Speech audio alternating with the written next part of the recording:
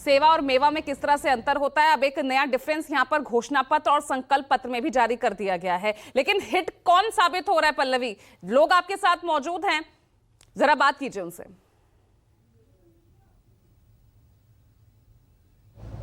बिल्कुल, देखिए बड़ा सवाल तो यही है कि कौन सी योजनाओं पर जनता भरोसा करती है। और देखिए आज मैं नजफगढ़ विधानसभा में हूं। अगर मैं इस विधानसभा के बारे में थोड़ी सी जानकारी दे दूं तो यहां पर जाट वोट का वर्चस्व होता है। देखिए योजनाओं, दावों, वादों के बीच में जातीय जो समीकरण होता है वो भी दिल्ली में कहीं ना कहीं दिखाई पड़ता है। जो ये सीट है इसमें कहा जाता है कि लगभग 19 गाँव हैं जिसमें ज्यादातर पर जाट वोटों का वर्चस्व है। साथ ही साथ 200 कॉलोनियां हैं। तो देखिए कॉलोनियों के साथ साथ जाति समीकरण दोनों को देखते हुए लगभग तमाम पार्टियों ने योजनाएं और घोषणाएं की हैं और उसी का कहीं ना कहीं डंका पीटती हुई नजर आ रही हैं कि हमें वोट दीजिए। और इसीलिए जनता के बीच हम इसलिए खड़े होते हैं कि आने जाने की आखिर जनता किस तरीके से ये तमाम चीजें देखते हैं। तो सबसे पहले मैं इनसे बात करना चाहूँ, क्या नाम है सर आपका? मेरा दयानंद यादव है। अच्छा, आप ये बताइए, जैसा मैं कह रही थी कि ये नजफगढ़ विधानसभा में जाटों का वर्चस्व है, नहीं है? अच्छा, क्योंकि आप यादव है, क्योंकि यादव की गांव टोटल स्ट्रेंथ देखिए ना, जाटों 27% है। ये सवाल मैं करूं उससे पहले एक सवाल का मुझे जवाब दीजिए।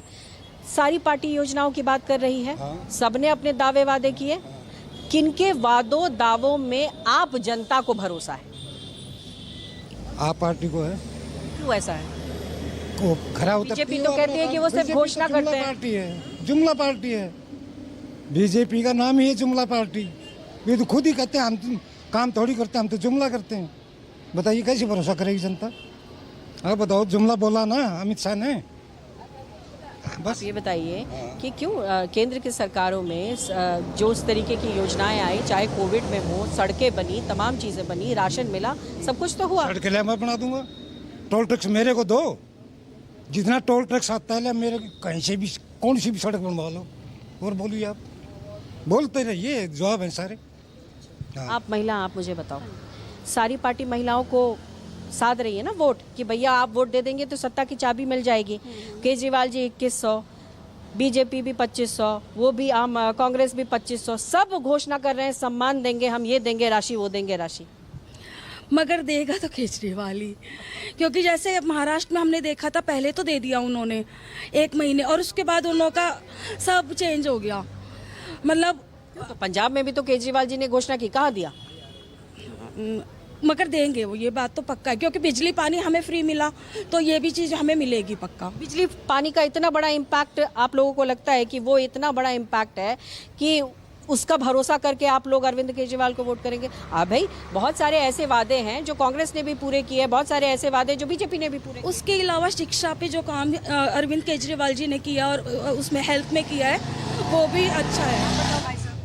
ये जैसे ये मैडम ये बोल रही हैं, क्या नाम भाई, उसने केजरीवाल ही देगा, तो केजरीवाल ने तो सीधा सीधा वो जवाब दे रखा है, भाई अगर मैं इलेक्शन जीत जाऊंगा तो मैं दूंगा 2200 रुपये। उसने 2500 कर दिए, राहुल गांधी ने कर दिए 8500 रुपये। 1 साल तक फिर सबको, जिसके पास काम धंधा नहीं है वो घर बैठे 8500 रुपये लेगा। अब वो 8500 रुपये कहाँ से देगा?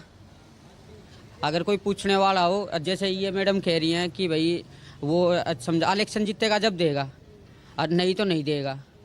तो सारी पार्टियों का ये कि भाई जीतेंगे तभी तो देंगे। तो जीत, अब एक बात बताओ, हमने वोट दे दी तो हम तो अपने घर पे बैठे। यहीं के रहने वाले हो? हाँ जी, यहीं का। नजफगढ़ क्या माहौल है यहाँ? तो भाई बीजेपी आएगी यहाँ। तो ऐसा क्यों? क्योंकि बीजेपी का पूरा पूरा पूरा पूरा चांस है यहाँ से। केजरीवाल का कोई मतलब नहीं है। यहीं से कैलाश गहलोत आम आदमी पार्टी के विधायक मंत्री थे, उन्होंने बीजेपी का दामन थाम लिया। कैलाश गहलोत ने क्या यहाँ पर काम किया? नहीं, कुछ नहीं करा जी। और तो वो बीजेपी में है, तो फिर कैसे आप कह रहे हैं बीजेपी का यहाँ माहौल? क्या ना समझ, पहली बात ये, हम अगर वोट दे देंगे, समझा, हमारे से वोट ले लेंगे, फिर हमें भूल जाएंगे, फिर इनके चक्कर काटते जाओ। ठीक है, कुछ नहीं। हाँ को एक युवा भी हैं, युवा वर्ग से भी पूछ लेते हैं। आप बताइए, इन लोगों को, तमाम लोगों को आप सुन रही हैं, ये जो योजनाएं घोषणाएं हो रही हैं, उन घोषणाओं में कौन सी ऐसी एक घोषणा है जिससे सुनकर आपको लगता है कि इसमें दम है? अभी एज अ स्टूडेंट मैं भी नीट के लिए प्रिपेयर कर रही थी, तो अभी आम आदमी पार्टी ने एक स्कीम निकाली थी जिसमें नीट और जेई के स्टूडेंट्स को फ्री में कोचिंग दी जा रही थी। बहुत सारे इंस्टीट्यूट्स है दिल्ली में जिसमें उन्होंने, इवन मैं पर्सनली भी गई हूँ, टीचर्स बहुत अच्छे से पढ़ाते थे बच्चों को। पर्सनली मंथली इनकम कुछ पे किया जाता था ताकि उन्हें अपने पेरेंट्स पे डिपेंड ना होना पड़े बुक्स के लिए, नोटबुक्स के लिए। बहुत सारे बच्चे हैं जो नीडी हैं, जिनको सच में उन चीज़ों की ज़रूरत है, तो उनके लिए वो बहुत हेल्पफुल। फ्री की सेवा, फ्री की रेवड़ी, फ्री की ये घोषणाएं, ये आम आदमी को लुभाती है क्या, वोटर्स को लुभाती है? नहीं, रेवड़ियाँ तो लुभाती है, लेकिन आगे जो बच्चे हैं ना, आगे पब्लिक जो आएगी उनको दिक्कत हो जाएगी इन चीज़ों की। कैसे सर?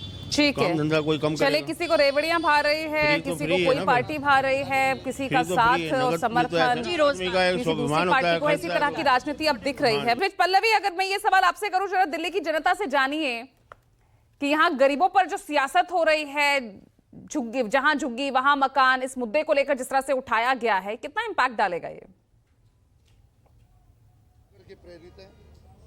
देखिए, बिल्कुल माकूल सवाल है। और देखिए, मैं बहुत देर से प्रवक्ताओं को सुन रही थी और जिस तरीके से वाद विवाद हो रहा था, यहाँ मैं ग्राउंड पर हूँ और ग्राउंड रियलिटी यहीं से दिखाई भी जाती है। और इस वक्त भी जनता जिस तरीके से एक दूसरे पर ही इस वक्त समझिए कि दो फाड़ में नजर आ रहा है, इससे ये अंदाज़ा लग रहा है कि इस बार चुनाव बहुत ज़्यादा दिलचस्प होने वाला है। लेकिन जो अहम मुद्दे हैं और जो अहम सवाल आपने किया, झुग्गी झोपड़ी, ये जो वोट बैंक है उसको तो तमाम पार्टी साध रही है, लेकिन इस पर भी सियासत हो रही है कि हमने बिल्डिंग बनाई लेकिन जो है फीता काटने का कोई और श्रेय ले जाता है, या जर्जर बिल्डिंग करने का इस जो है वो जिम्मेदार आम आदमी पार्टी है। ये जो गरीबों के नाम पर सियासत होती है उसको आम जनता कैसे देखे? मैम एक चीज़ बताओ, अभी बोल रहे हैं डीडीए का जर्जर मकान हो गया। मैं भी न्यूज़ दैनिक जागरण पढ़ता हूँ, मैंने देखा, मेरा धर्मवीर मिश्रा नाम है।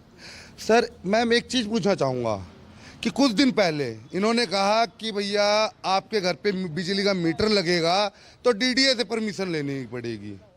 भाई विधायक हमने चुना है, हमारा प्रतिनिधित्व है, अगर उसके सिग्नेचर काम नहीं करेंगे डीडीए से जाएं हम? डीडीए किसके पास है? केंद्र के पास। जब डीडीए हम पे अंकुश लगा रही है कि आप मीटर नहीं ले सकते हो, तो सर गरीबी पे तो मुझे लगता है केंद्र कर रही है अत्याचार, ना कि दिल्ली सरकार कर रही है। ये जो कह रहे हैं, ये जो गरीबों के नाम पर, झुग्गी झोपड़ी के नाम पर सियासत हो रही है। अभी आपने सुना कि एक बवाना में बिल्डिंग है जर्जर हालत में, पैसा खर्चा हो जाता है, बिल्डिंग बन जाती है, आवंटित नहीं होता है। क्यों? क्योंकि पार्टियों को ये होड़ लगी रहती है कि भाई हम लेंगे इसका क्रेडिट। ये जो सियासत होती है क्या होता है?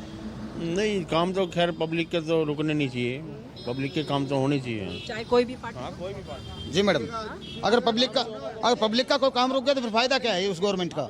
पब्लिक का काम होना जरूरी है। यानी सारी पार्टियां जो हैं, ये जो दलीलें देती हैं, वो सिर्फ वोट साधने के लिए करती जी जी जी, बिल्कुल बिल्कुल।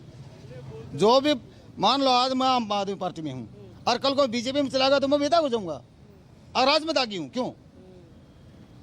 पार्टी एक्सचेंज करते ही क्यों बेदाग हो जाता आदमी? पहले काम दिखाओ उसके बाद वोट लो। आप बताइए सर, आप बताओ क्या नाम है आपका? मैं नहीं बोलूँगा, आपका नाम बताइए। मेरा नाम विजय पाल है। आप बताइए, जनता क्या कहेगी इस तरीके की जो पॉलिटिक्स आप देख रहे हो, सुन रहे हो, प्रचार के माध्यम से देख रहे हो, क्या कुछ जनता के दिमाग में चल रहा है? देखो जी, मेरी 48 साल की उम्र हो गई है, ठीक है। मैंने काफ़ी इलेक्शन देखे हैं, पर मैंने आम आदमी जैसा नेता नहीं देखा, केजरीवाल जैसा। क्यों, ऐसा क्यों कहते हैं? उसमें बहुत है, उसमें क्या उन्हीं पर आरोप लग रहा है ना कि बिल्डिंग को आवंटित नहीं हुआ क्योंकि उन्होंने देरी की, उन्होंने दिया नहीं। लगा रहे हैं, इतना सज्जन नेता कोई नहीं मिलेगा। हाँ, ऐसा है क्या? चलिए, ठीक है।